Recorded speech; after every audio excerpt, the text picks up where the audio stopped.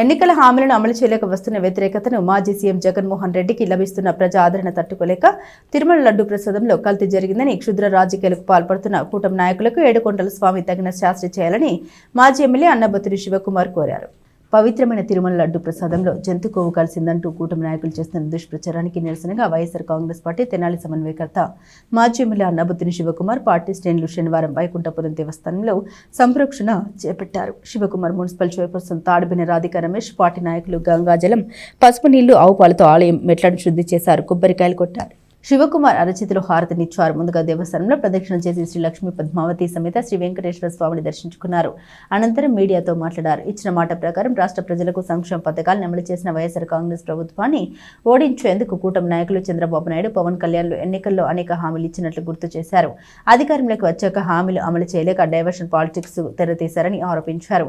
Land titling యాక్ట్తో రాష్ట్రంలో పకడ్బందీగా జరుగుతున్న భూముల రీసర్వేపై అబద్ధపు ప్రచారాలు చేశారని గుర్తు చేశారు.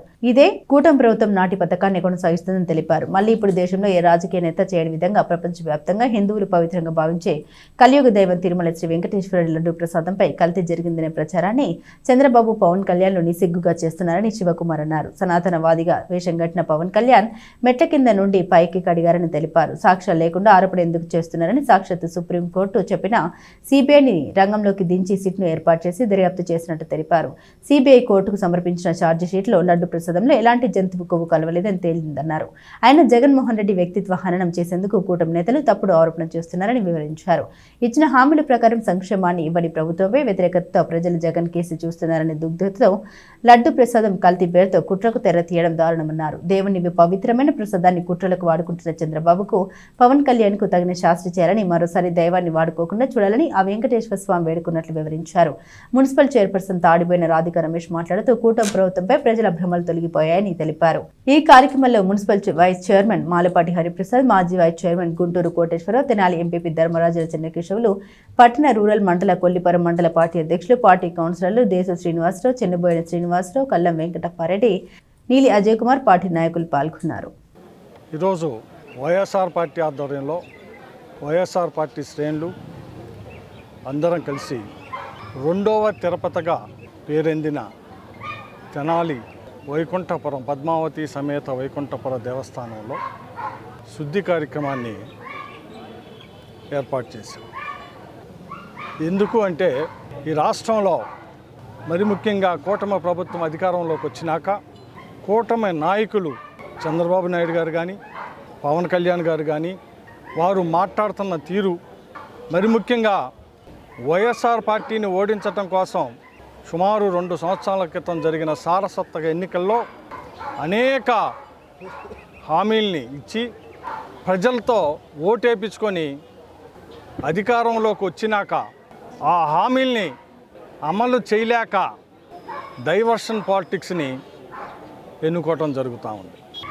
ఈ దేశంలో కానీ ఈ ప్రపంచంలో కానీ ఏ రాజకీయ పార్టీ, ఏ రాజకీయ నాయకుడు, ఏ ముఖ్యమంత్రి, ఏ మాజీ ముఖ్యమంత్రి చేయని విధంగా మనందరం ఈ ప్రపంచంలోనే కలియుగ దైవమైన తిరుమల తిరుపతి వెంకటేశ్వర స్వామి వారి కలియుగ దైవాన్ని, దాని పవిత్రతని, అలాగే వెంకటేశ్వర స్వామి ఇష్ట ప్రసాదమైన యావత్ ప్రపంచంలో ఉన్న ప్రజలందరూ, మరి ముఖ్యంగా హిందువులందరూ ఎంతో పవిత్రంగా భావించే లడ్డూ ప్రసాదాన్ని కల్తీ జరిగింది, అది వైఎస్ఆర్ పార్టీలో అధికారంలో ఉన్నప్పుడు అనే ఒక నిక్కచ్చుగా, నిస్సిగ్గుగా రాష్ట్రాన్ని పరిపాలించే ముఖ్యమంత్రి చంద్రబాబు నాయుడు గారు, ఉప ముఖ్యమంత్రి పవన్ కళ్యాణ్ గారు నిక్కచ్చుగా, నిస్సిగ్గుగా సాక్షాత్తు కలియుగ దైవమైన వెంకటేశ్వర స్వామి వారి ప్రసాదం వైఎస్ఆర్ పార్టీ అధికారంలో ఉండగా కల్తీ జరిగిందని ఆరోపణ చేశారు. మరి ముఖ్యంగా పవన్ కళ్యాణ్ గారు కొత్త వేషధారణ ధరించి సనాతన ధర్మం అని చెప్పి మెట్లు కింద నుంచి పైకి గడిగాడు. ఎవరన్నా మెట్లు పైనుంచి కిందకు గడుగుతారు, కింద నుంచి పైకి గడిగాడు. ఆ రోజే వెంకటేశ్వర స్వామి దీన్ని తప్పు చేస్తున్నామని చెప్పాడు, మీకు ఇండికేషన్ ఇచ్చాడు, మీకు తప్పు చేస్తున్నారు. అయినా ఆగలా. పవిత్ర దేవాలయాల్ని, వాటి పవిత్రతని కాపాడాం. మీరు ఆరోపణలు చేస్తూ ఉంటే ఈ దేశ అత్యున్నత న్యాయస్థానమైన సుప్రీంకోర్టు చెప్పింది, సాక్ష్యాలు లేకుండా ఎందుకు ఆరోపణలు చేస్తూ ఉన్నారు, సాక్ష్యాలు లేని ఆరోపణలు చేయమాకండి, వెంకటేశ్వర స్వామిని మీ శుద్ధ రాజకీయాలకి వాడుకోవద్దని స్వయాన ఈ దేశ అత్యున్నత న్యాయస్థానం చెబితే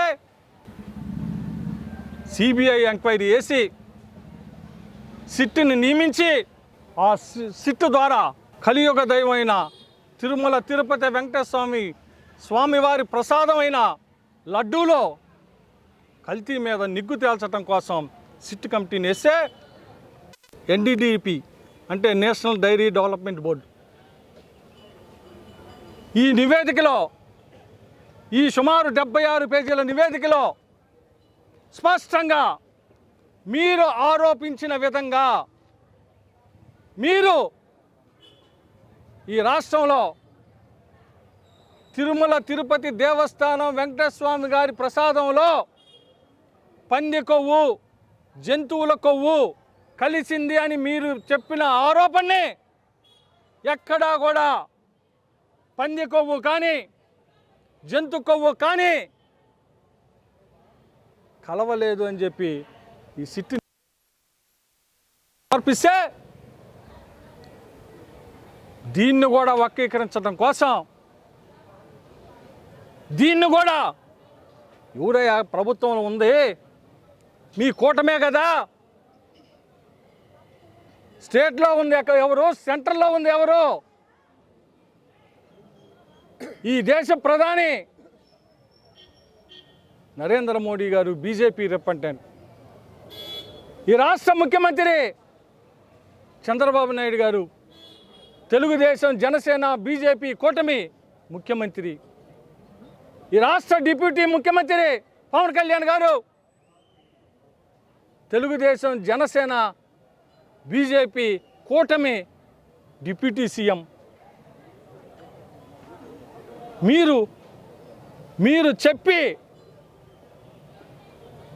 ప్రసాదంలో పంది కొవ్వు ఆ మాట అంటానికే సిగ్గేస్తుంది, మాకు సిగ్గుపడుతున్నాం.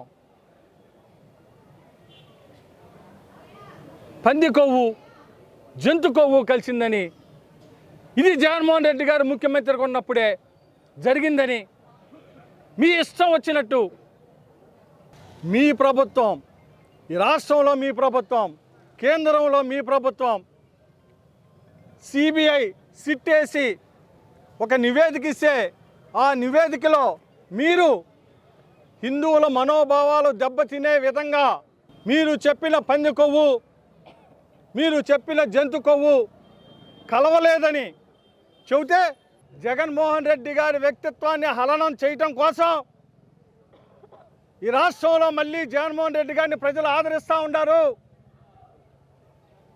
పరిపాలనలో మనం ఫెయిల్యూర్ అయ్యాం. జగన్మోహన్ రెడ్డి గారి లాగా సంక్షేమాన్ని ఈ రాష్ట్ర ప్రజలకు ఇవ్వటంలా, అందుకని ప్రజల్లో వ్యతిరేకత వచ్చింది. ఈ వ్యతిరేకతను పోగొట్టడం కోసం, ఈ వ్యతిరేకత నుంచి ప్రజల్ని డైవర్ట్ చేయటం కోసం సాక్షాత్తు కలియుగ దైవమైన వెంకటేశ్వర స్వామి ప్రసాదంలో పంది కొవ్వని మీరు చేసిన ఆరోపణని సిట్ నివేదికలో పొందపరచలేదని చెప్పి బాధపడతా ఉన్నారా? అంటే మీ ఆరోపణని నిజం చేయాలని, మీరు చెప్పిన విషయాలు సిట్టాలు రాయాలని, తద్వారా జగన్మోహన్ రెడ్డి గారి వ్యక్తిత్వం హననం కావాలని ఏం కుట్ర ఇది? వ్యక్తిత్వ హననం చేయాలని, ఈ రాష్ట్రంలో మళ్ళీ వైఎస్ఆర్ పార్టీ అధికారంలోకి వస్తుందేమోనన్న భయంతో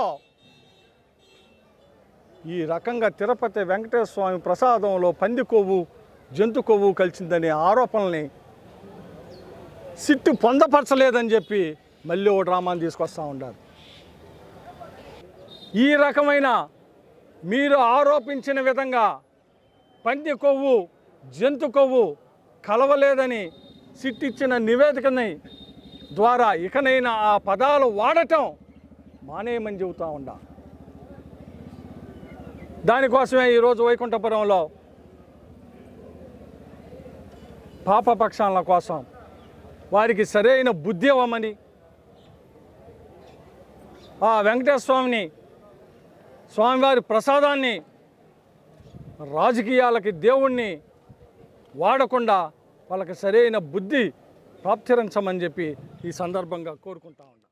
శ్రీవారి లడ్డు మీద ఏదైతే వ్యాఖ్యలు చేశారో కూటమి నాయకులు వాళ్ళకి బుద్ధి సరిగా రావాలని ఆ భగవంతుని ప్రార్థిస్తూ ఈ రోజున ఇక్కడ ఆ పాపాన్ని మేము కడిగించినట్టుగా ఈ రోజున మెట్ల పూజ మేము చేయడం జరిగింది. ఇక్కడ దయచేసి ఈ రాజకీయాన్ని భగవంతుడి రూపంలో మీరు ఎట్టి పరిస్థితుల్లో చేయొద్దండి. ఎందుకంటే వెంకటేశ్వర స్వామి గారు ఆయన ఊడుకోరు, ఆయన లడ్డు మీదే రాజకీయం చేశారంటే ఎంత పాపాత్మ అనుకోవచ్చు. ప్రజలు ఆల్రెడీ ప్రజలకు అర్థమైంది ఏ ప్రభుత్వం ఎలా ప్రజల పక్షాన ఉందో. అది కూటమి ప్రభుత్వం, వైసీపీ ప్రభుత్వం అనేది ప్రజలు రాబోయే రోజుల్లో మరింత బుద్ధి చెప్పే రోజులు ముందలు ఉన్నాయి. ఈరోజు ఏదో మాకేదో వచ్చిందని అదురుపాటు పడుతున్నారు కూటమి నాయకులు. అది కాదండి, ఒక్క 5 సంవత్సరాలు పాలన చేశారంటే మన జగన్మోహన్ రెడ్డి గారు ఈ రోజున పదవిలో లేకపోయినా కూడా ఒక దేవుళ్ళలాగా కొరుస్తున్నారు జగన్మోహన్ రెడ్డి గారిని. ఈ రోజున చంద్రబాబు నాయుడు ఏ విధంగా చేస్తున్నారండి పాలన? అది ఏదో మంచి ప్రభుత్వం అంటున్నారు. ఏ విధంగా మంచి ప్రభుత్వం? పెన్షన్ లేవు.